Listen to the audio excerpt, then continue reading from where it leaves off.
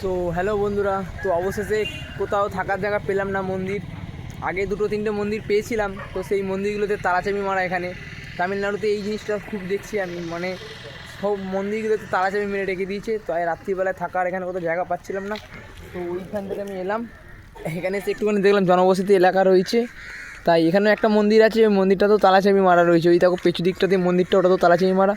তাই এখানে একটা বাস স্ট্যান্ড রয়েছে, এই যে বাস স্ট্যান্ড, এই যে বাস স্ট্যান্ড। আর এখানে আমার নন্দী মহারাজকে রেখেছি। তো রাত্রিবেলাতে হয়তো আজকে এখানটাতেই শোবো, আর নন্দী মহারাজকে ভেতরে রাত্রিবেলা ঢুকিয়ে নেব, পাশে নিয়ে শোবো। তো আমি এদিক দিয়ে এলাম, আর দেখুন এদিকে কন্যাকুমারীর দিকে যাব। তো এরকম ফেসিং চলছে যে কি বলবো, থাকার জায়গা পেলাম না। আর এখানে কোথাও হোটেল নেই, আশেপাশে কোথাও হোটেল নেই। এখানে একটা দোকান রয়েছে, এই দোকানটার মধ্যে চা পা খেলাম। আর এখানে কোথাও দোকানপাট কিচ্ছু নেই, হোটেল ফোটেল কিচ্ছু নেই। তো দেখতেই পাচ্ছ পুরো দূর দূরান্ত ফাঁকা।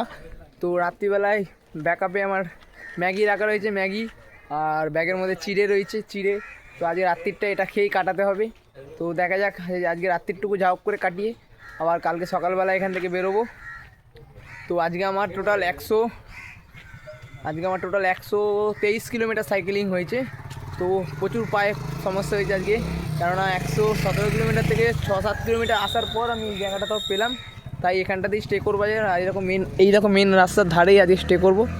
তো দেখা যাক, রাত্রিটা যা হোক করে এখানটা কাটিয়ে নিই। তো কালকে আবার যাত্রা রওনা দেবো। আর এখান থেকে কন্যাকুমারী বেশি বাকি নেই। কন্যাকুমারী এখান থেকে হচ্ছে তোমার 128 কিলোমিটার মতো বাকি আছে কন্যাকুমারী। তো দেখা যাক কালকে আমি কতটা টানতে পারি। তো চলো আজকের মতো এখানেই হয়তো রাত্রিটা কাটিয়ে কালকে কন্যাকুমারীর দিকে টান নেবো। আর এই দেখো আমার নন্দী মহারাজ, আর এই দেখো জায়গাটা যেখানটায় থাকবো রাত্রিটা, এখানেই রাত্রিটা উপরটায় শুয়ে পড়বো। ব্যাস, রাত্রিটুকু কাটিয়ে চলো হর হর মহাদেব আর জয় বাবা সন্দেশ্বর এই নাম করেই রাত্রির কাটিয়ে দিয়ে কালকে আবার যাত্রা স্টার্ট হবে। চলো।